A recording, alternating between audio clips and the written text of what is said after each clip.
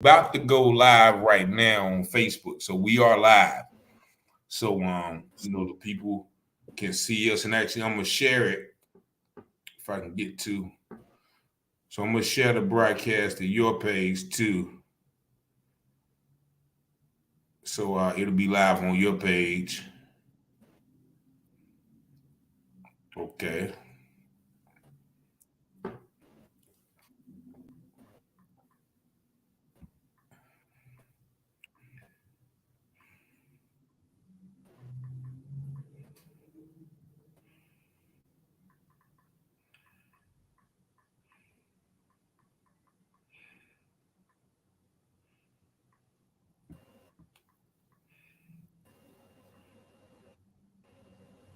So yeah, so it's shared on your page, and I'm about to get ready to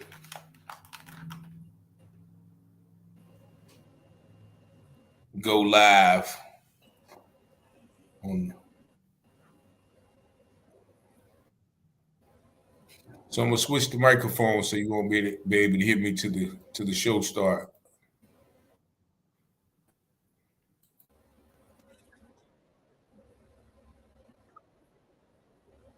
Okay, we about to go live.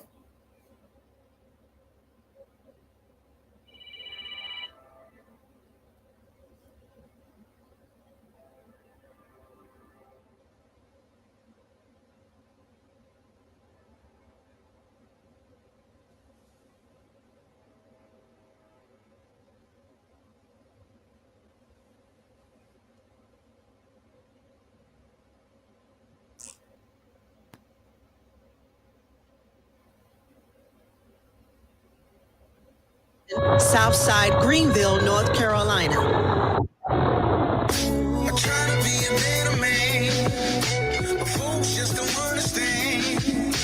Try to do all I can to deal with this addiction in me. Lord, I wanna change. I can't stay the same.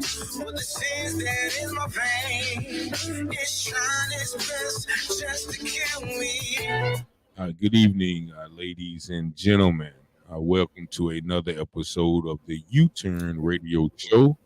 I am your host, Richard Taylor, and we are here at 106.9 FM Awesome Radio here in Greenville. Also, you can check us out at 100.3 WLYT in Rocky Mount, North Carolina. Once again, it's a pleasure and honor. We thank God for allowing us to be here another week for another show. This is going to be an interesting show with my guests. But first of all, if you have not been to our website, feel free to visit the website, which is www.wbisawesomeradio.org, where you can download all of our apps on the Google Play Store, the Apple Store, or the Alexa Store. Also, once again, this is a interactive call-in show. You can call in at area code 252-756-2008. We're going to get right into this show. I have a special guest, Mr. Anthony Williams, and we're going to be talking about some things that, he and his son and his family went through in the Wayne County area of Goldsboro. First of all, I want to formally welcome my guest. How you doing, Mr. Williams? I'm doing well. Thank you. Thank you for having me. All right. Thank you. And me and Mr. Williams, we was just talking about, how both of us used to live in the Norfolk, Virginia area. So we was just going over some of those neighborhoods that are frequented and familiar to us. But I definitely want to, give a shout out to Norfolk, Seven Cities as well. But now, where were you born at originally, though? You were born in Philly?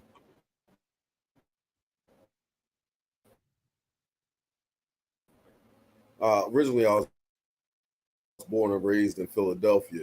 I probably in the late '90s, but I grew up in Happy Delphia through the course of the wonderful '80s and '90s, as I'm sure you can imagine how fun that was. Oh yeah, man. I can only imagine. I think my dad was supposed to move to Philadelphia when I was young, and I was the only one in the family that was excited about it. Nobody else wanted to leave Goldsboro, so I didn't get the experience to Philadelphia, but I do like the Eagles, and I was rooting for the Sixers, man, but they kind of fell short on us a little bit.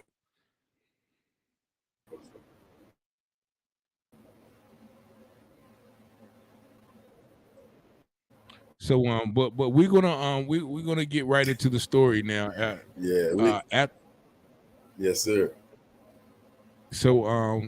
So when did you move to Goldsboro, North Carolina?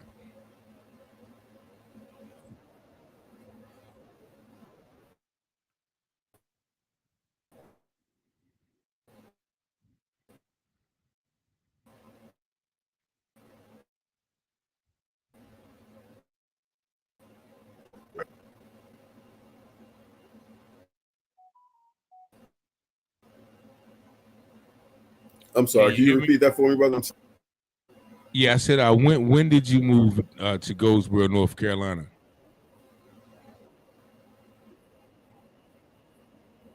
I moved to North Carolina in around 2017. That was when I initially came down. I did go back to Philadelphia for a while, but by January of 2019, we were down here permanently. Okay, and what you kind of talked about this a little bit yesterday. What did you notice different about this part of North Carolina, or how did you feel about it when you first moved here?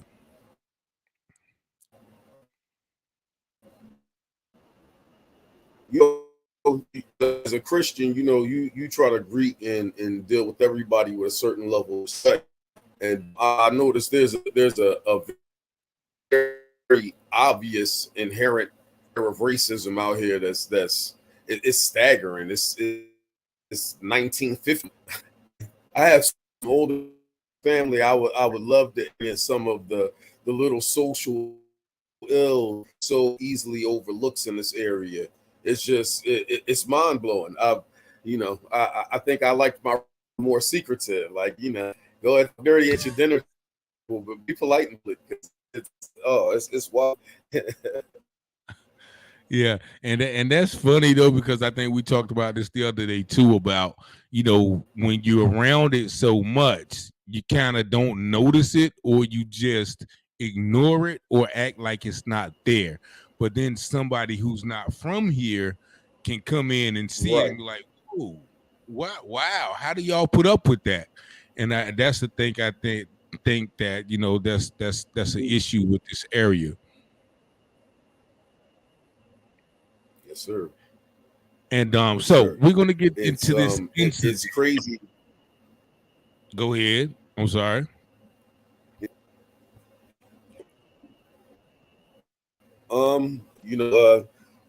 My son stepped out of school on a particular. He was a little bit disturbed, and he couldn't wait. As soon as he get in the car, he couldn't wait to tell me, "Dad, I was in class and he's singing a song about."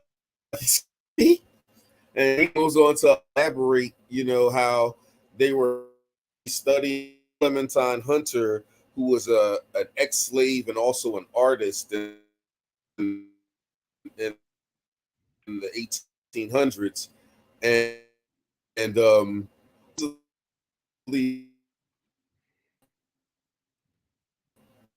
pick cotton.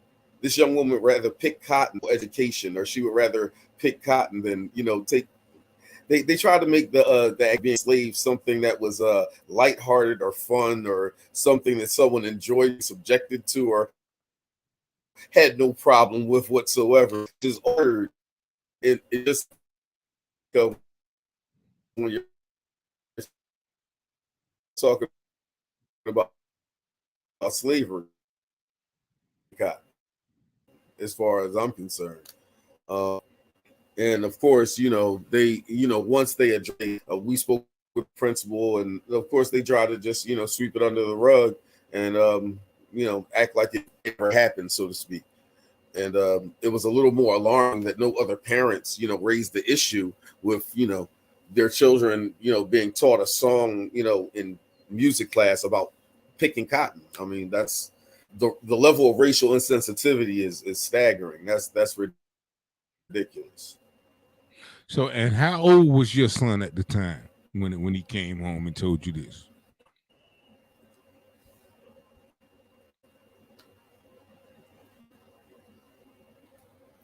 I'm sorry. Yeah, I said, how old was your son at the time that he came home and told you this? This was last year. He was 9 years old. 9 years old. He- And what particular 9 years school? old. He's 10 March 14th of 2. Okay, so what particular school did this happen at? This was at Rose. Miss Kennedy. He was the mute. I'm sure she's 10 years. You know, they love her there. So it was at Rosewood, and it To was think the- that she's good at, you know. You said what now? I mean, you know, I know she's a 10-year team. For that type of decision is that's mind blowing. But again, So, and so what do you think? Because I know Rosewood from when I was growing up, you know, in the area. We used to play them at sports and things, and I know that was a predominantly Caucasian school. What is the racial makeup, or what was the racial makeup when your son was going there? I mean, it's a majority Caucasian, but there is a significant amount of other, you know, Latino and African American and probably a few Asian students as well. I mean, they're completely an atmosphere, except with the exception of the main administration. You know, they're just speckles as far as the administration is concerned, but service level, we're plenty of brown faces. You know. Okay. All Okay. So now, did you take your custodial issue? staff. Yeah. Every school you go through, I think, you know, whether it's the cafeteria staff, the custodial staff, any lower level position is going to be filled, you know, by you know, I guess unfortunately or fortunately, I guess somebody got to work. So, but you know, as far as the administration goes, it's normally a great disparity in the demographics. And I'm not saying there were none. He had and he had a black teacher at one point for part of the year, and but you know, he had in addition to that, you know, you're talking about lower level elementary when you deal with basically one teacher most of the time. So he had that one black teacher, but he had 7 teachers. So it's, you know what I mean, the ratio was definitely uneven. Oh, okay. Now, did you take your grievance or your gripe about the song and to you know, the teacher itself, or just to the administration?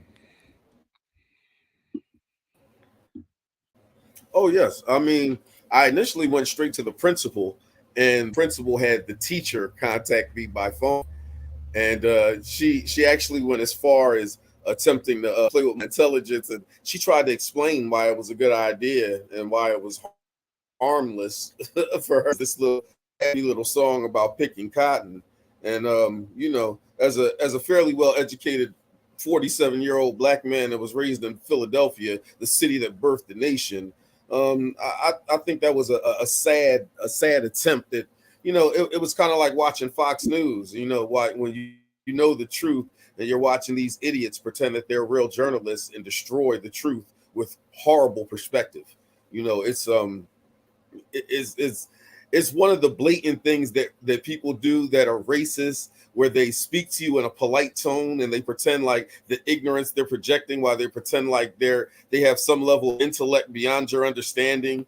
You know, what you're talking to the Philadelphia subway at 6 years old, and had to gauge people's personalities to make sure my little 30-pound behind wouldn't get hurt riding the subway in Philadelphia at age 6 and 7. So you're want to play a game of sociology with me at 47? Like, please, where were you educated?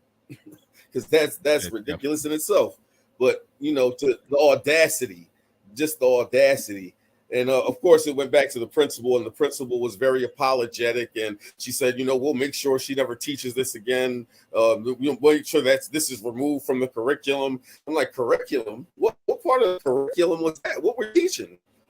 So it's basically, you know, there was no reprimand, no correction.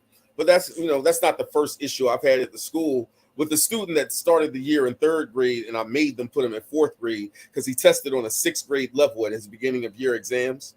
So I made them put him in 4th grade. And in 4th grade, he was on the A honor roll for the entire year, even though they tried to talk me out of putting him in 4th grade. I'm like, well, he's only the smartest kid in there. I mean, don't be mad. Teach your kid something besides SpongeBob, you know? Yeah. But, you know. So let me ask you, and your brother I'm sorry to interrupt. Go ahead.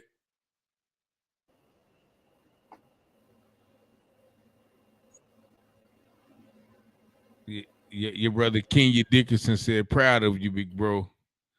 So I guess that's somebody who knows you. But let me ask you, how did she try to justify that though when you talk to that music teacher?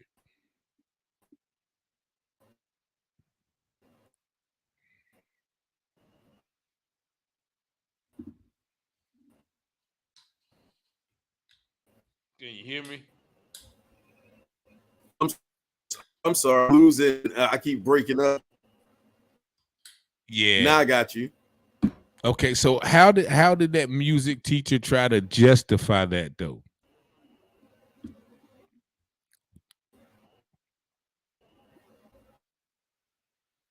To you, as you mentioned, she tried to insult your intelligence. Well, she tried to say there was no harm because editing her.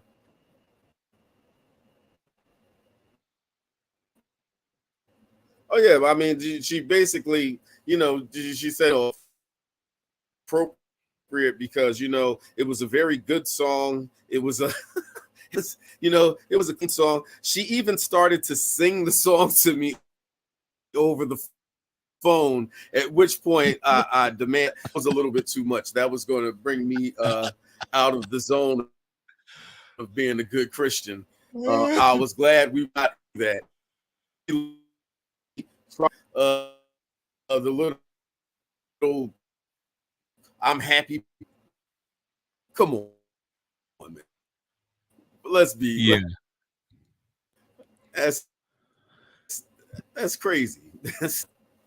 Yeah, and once again, it's almost insulting. It's almost insulting because you know I researched in the class and I didn't hear. Go ahead. I'm sorry. Apologies. I was just saying he wasn't the only brown child in the class, and there were no other parents that even had a comment. And I'm like, wow, this is. I figured there'd be, you know, whatever. I figured it would be unanimous that this was disrespectful at the least. You know what I mean? At the least, it's disrespectful.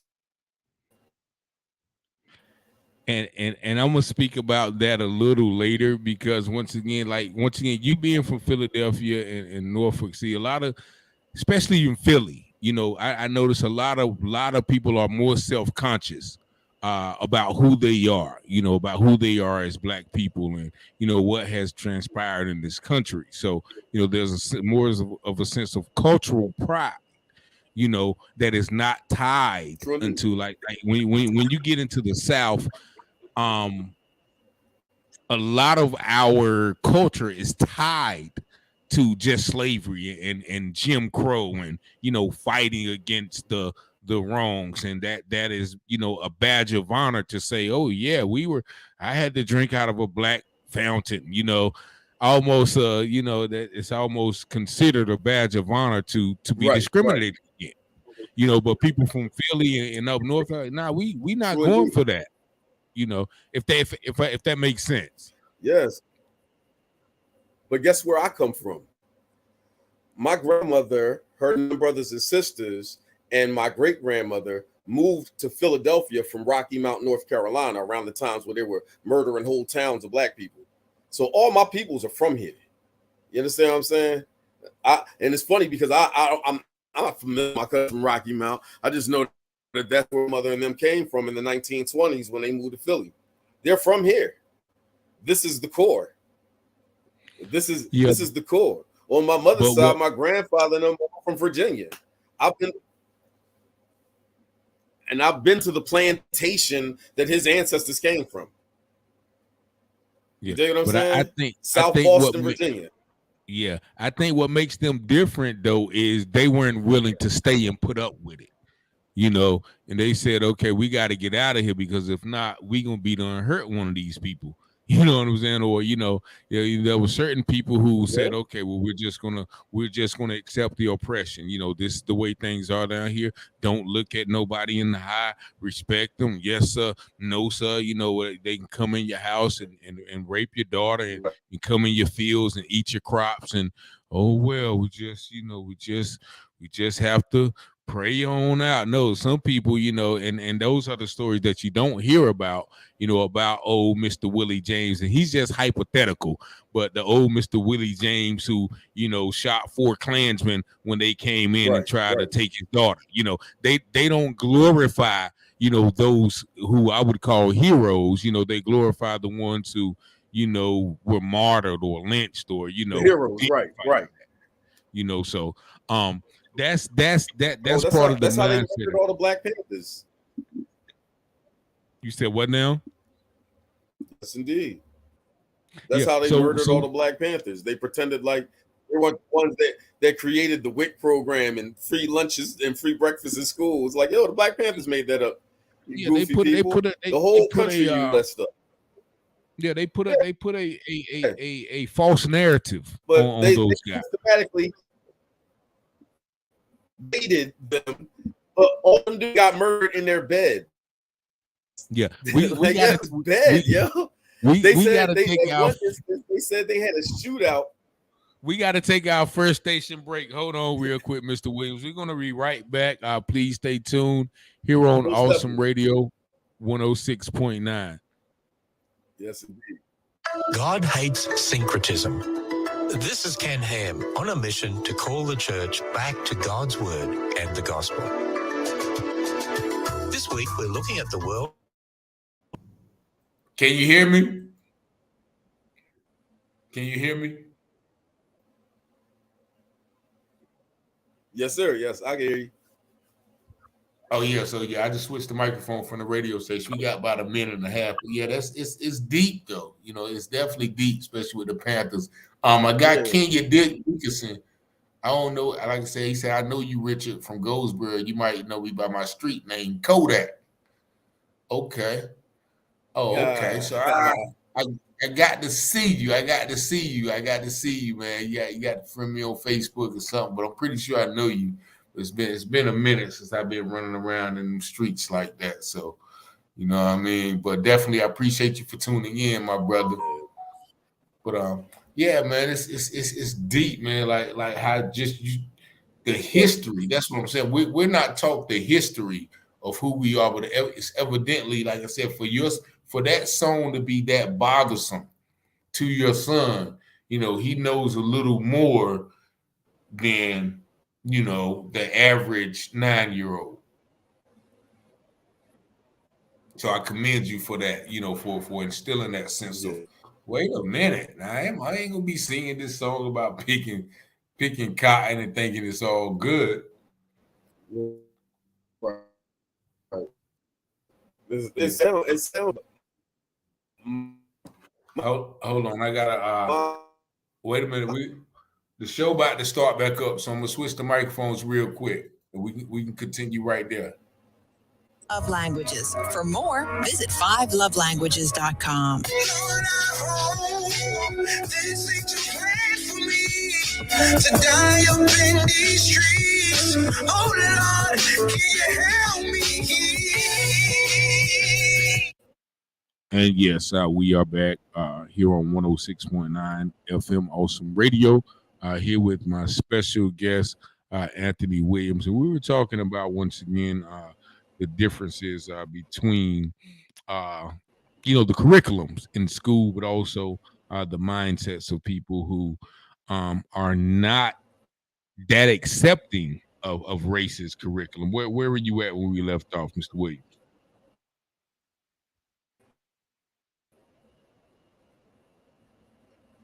Some of the difference of, race, particularly up north, and they talk about the awareness or being engrossed in it down south. You have to mention great minds like Dr. King. You know what I mean? Like the greatest minds of the movement came from the South anyway. So to say, people that are complacent or ignore the realities that people rest them with, that's kind of disheartening. You know what I mean? It's like the South is still the core of all the movements up north. Everything moved from here. It moved from here up. So for the general populace here, especially our people, to not be more aware or more, empowered, whether someone's foot is on your neck or not. Empowerment isn't about your position of power. Empowerment, understanding who you, and not allowing people to betray or to type of social offense. However, because I go around, committing the social offenses to people, I greet everybody with decency and respect. I don't care who you are, color you are, where you came from. I don't care what it is. But I also grew up with a host of accent and automatically say, hey, that's a Jamaican. Antigua, the Virgin Islands, they all have accents. Haitians have a French accent. They don't even sound Jamaican. Mm-hmm. But people are, we're American snobby. We have a interest towards people that we speak or act differently, and that's weird in a place where everybody came from places. If you did, your grandparents did. Like nobody is from here. We killed all the Native Americans. There's not many of them left. Like so all of us, we just came from somewhere else. We're all immigrants. Yeah, and that's so true. That's so true, and it's funny that you say that. Like I said, we're coming up on Juneteenth, and the 4th of July, and we just think about the whole pillaging, the whole robbery, the whole theft of of this land that was built on murder and built on deception and built on just barbaric savagery. And we hail those people though. We hail and celebrate.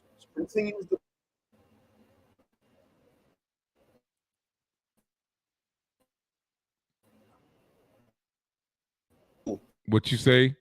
Fashion. We villain and disrespect explains why they were foul later, and you pat them on the back, and instead of saying we do all types of foul things and act like they're good people, all these people say they Christians and then they follow Donald Trump, and it's like he can't possibly know anything of Jesus. You heard what that man says about other people? Yeah, that's the dichotomy or the that's disgusting. The hypocrisy of it all. And I just want to, because I researched Clementine Hunter, and now she was once again the ex-slave, and the painting she did a painting, and I think I put that on the caption where there was about 6 or 7 women picking cotton, and it was a good painting, I guess, and she was just painting her experiences. So I'm thinking that the song was made by Clementine Hunter, but the song wasn't made by Clementine Hunter.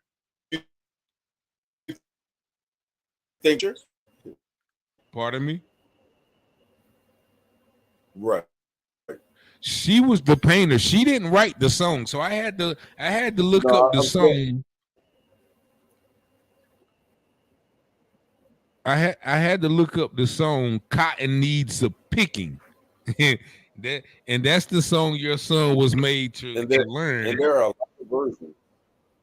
I know. Yes, But indeed. I think the first version was made by Francois Oberhorfen, which for lack of better, and I hate to fall in that category, but it looks like a German name, or uh, you know, so. But these lyrics read. Cotton needs a picking so bad. Cotton needs a picking so bad. Cotton needs a picking so bad. Gonna pick all over this field. We planted this cotton in April on the full moon. We've had a hot, dry summer. That's why it opened so soon. Cotton needs a picking so bad. Cotton needs a picking so bad. We're gonna pick all over this field. Hurry up, children. We ought to been gone. The weather looks cloudy. I think it's going to storm. Hurry up, children. Cotton needs a picking so bad. So this song has nothing to do, with once again, if you're studying Clementine Hunter, the ex-slave, the ex-painter, this song has nothing to do with her plight. So it's almost once again like you're making a mockery of the situation, and once again, almost trying to program children that, oh no, picking cotton wasn't so bad. Look at this song, and try to put it in the mind of the children that Clementine Hunter wrote this song, which is totally far-fetched. So I'm going to get your thoughts when we come back from this last segment. You're listening to Awesome 106.9 Awesome Radio here in Greenville. Are you looking to rent space for your church or ministry?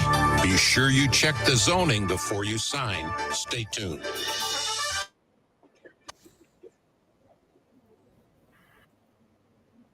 Yeah, can you hear me?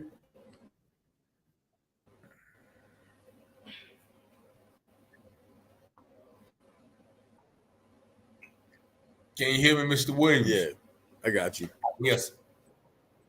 So Yes, this is the sir. I last got you, segment. brother. So just let me know.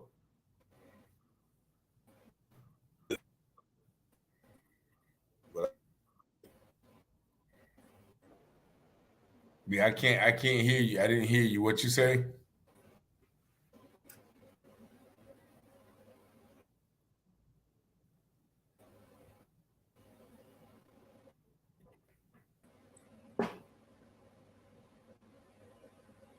Can you hear me? Okay, there we go. Yeah. How much longer we have? I mean, the last segment is 20 minutes, but if you got to go, then I can just continue the conversation on. Just let me know, and I'll just, let the audience know you got to go. Yeah, and then, it's 8:30. I got I to got 12:30. you. Yeah, I ain't gonna hold you. We gonna do it again though, man. I like the whole perspective. Hold on.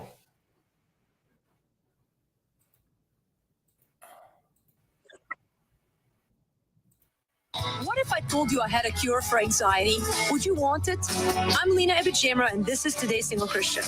I'm an ER doctor. I should have a cure for everything. But when it comes to anxiety, even ER docs are baffled these days. Our culture is struggling with anxiety like never before.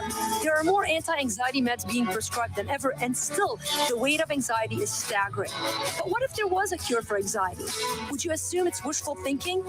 Even our Christian culture has come to accept that many will live with anxiety until Jesus' second return. But I'm not buying it. I believe we can be free from anxiety right now. See, the same Jesus who is coming back to rule the world someday is ruling the heart of every one of his followers right now. His kingdom has come in the life of the believer, and it's a kingdom of peace. And while I might not have a pill to cure your anxiety, I do know a Savior who can. Won't you seek him for healing today? For more, visit todaysinglechristian.com. And we are back here at 106.9 FM with our guest, Mr. Anthony Williams. You've just heard his story about some of the educational racism that his son has experienced. Now, unfortunately, Mr. Williams has an early morning, so we're going to have to let him go. But I do want to give you a chance to just voice any last words to the audience before you leave.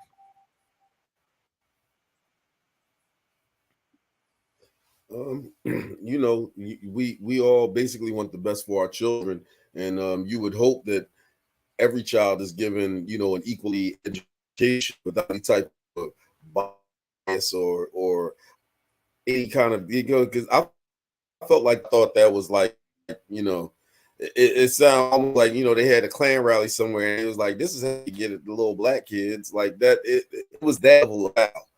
So it was staggering that this occurred in an elementary school. These are little kids. You know, you're talking about ages, you know, 5 to 12, and it's not fair to impose that type of thing on them. You know, what they grow up. You know, that's just not the kind of thing you want to give kids, you know, happiness, energy, positivity, and push them towards excelling, you know, and learning as much as they possibly can at no harm to another. I mean, you know, people pay attention to some of the things.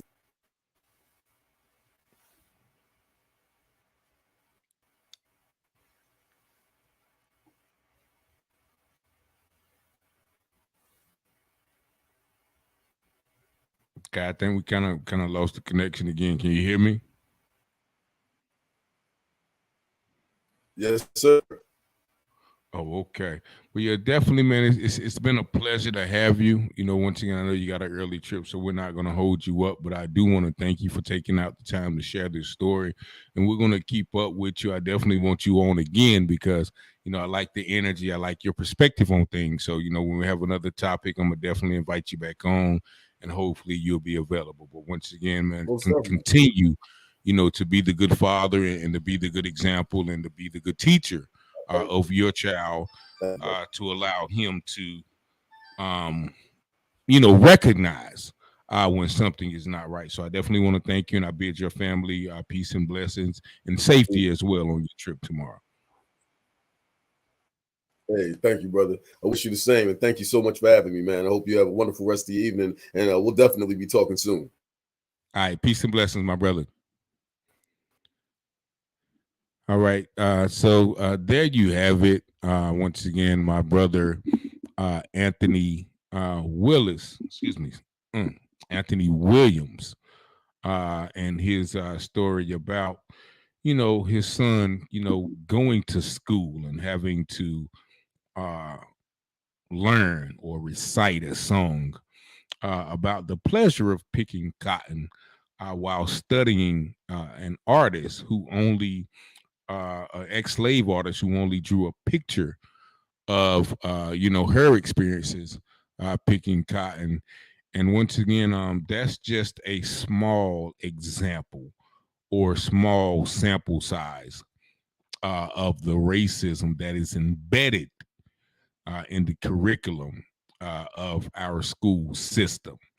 I talked about this many times before, where, you know, from kindergarten to high school, the only thing that I learned about, you know, through whether it's English, science, math, history, literature, all of the subjects all were about the greatness of, you know, Caucasian people or people who didn't look like me.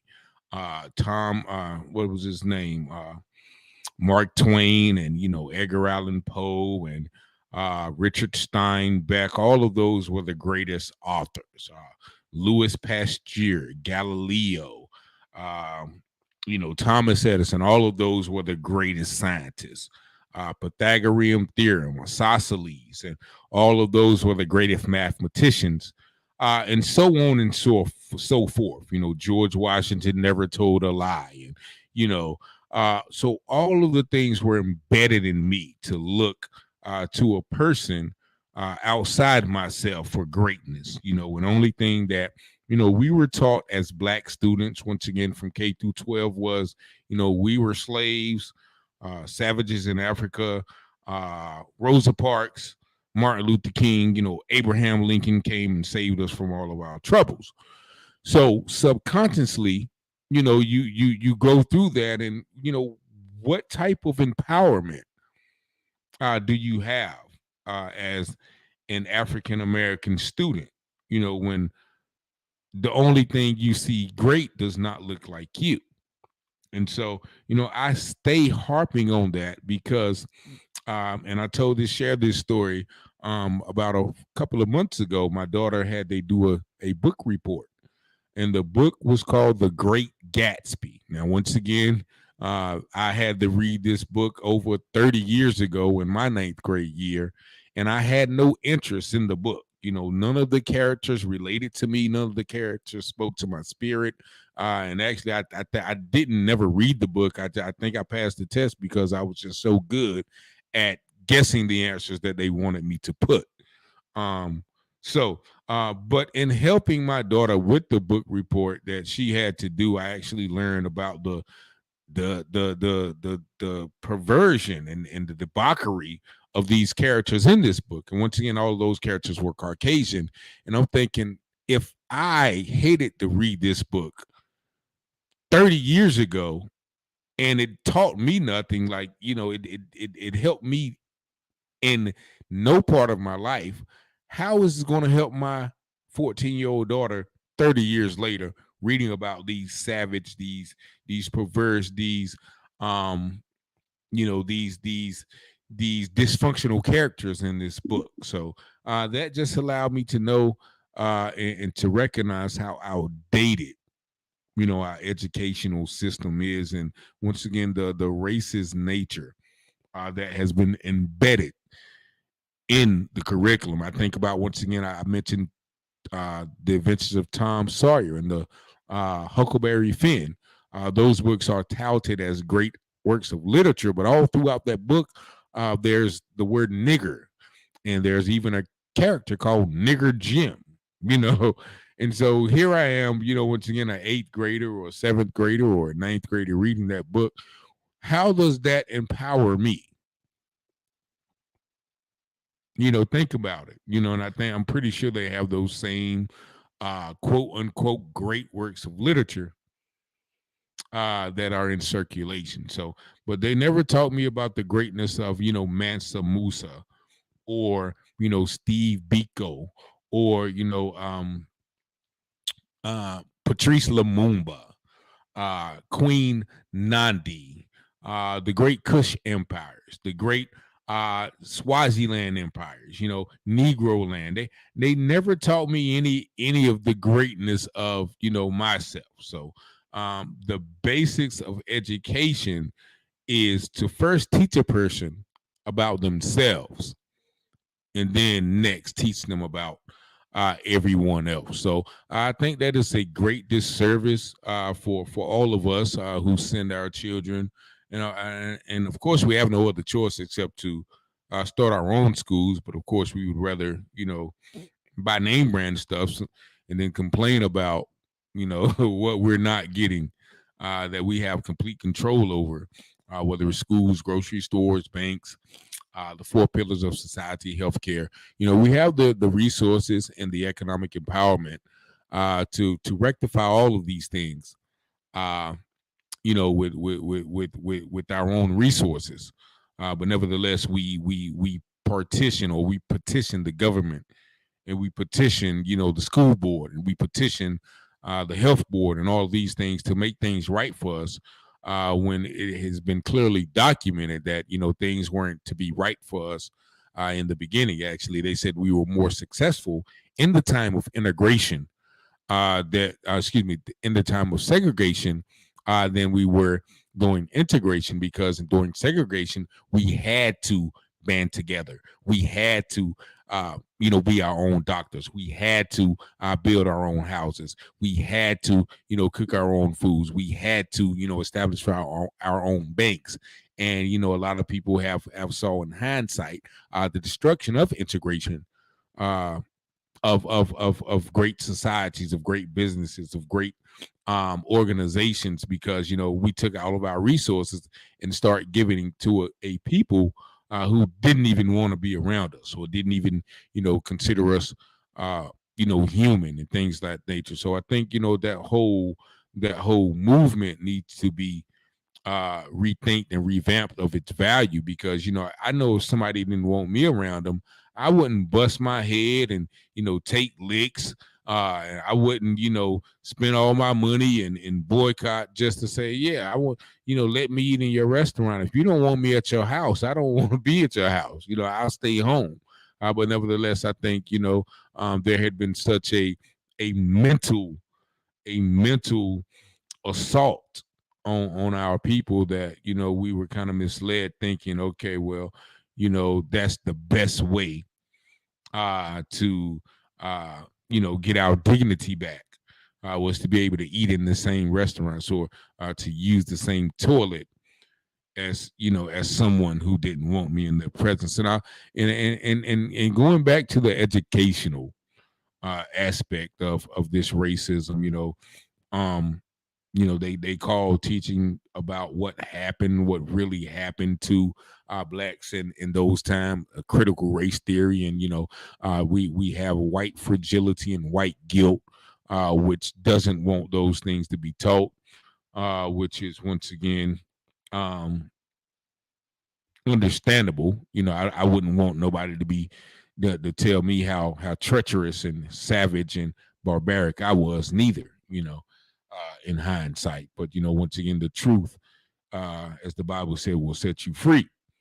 So we definitely have to look at it in that aspect as well. But I remember, once again, I grew up in Goldsboro, North Carolina, went to Wayne County Public Schools, and one of the greatest times of year during the school year in the school system was the visit to Charles B. Aycock's birthplace.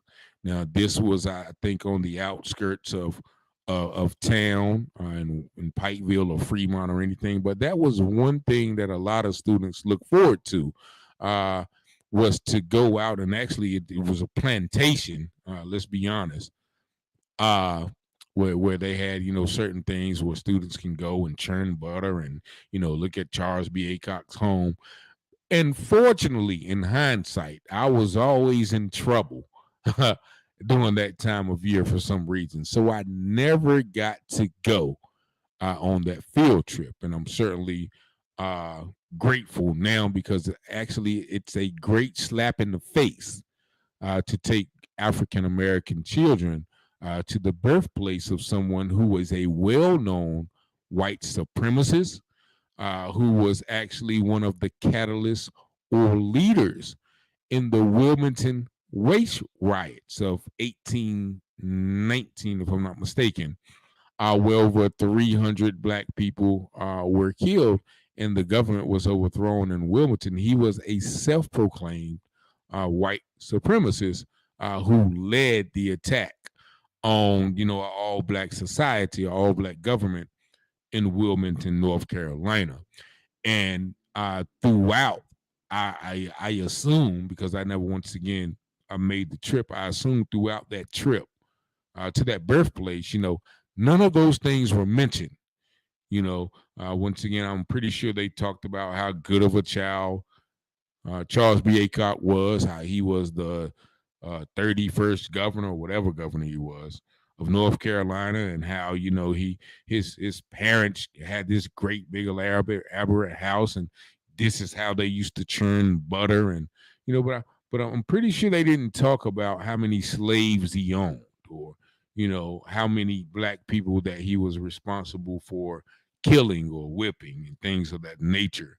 So that is almost, once again, a slap in the face, to take young black children, to these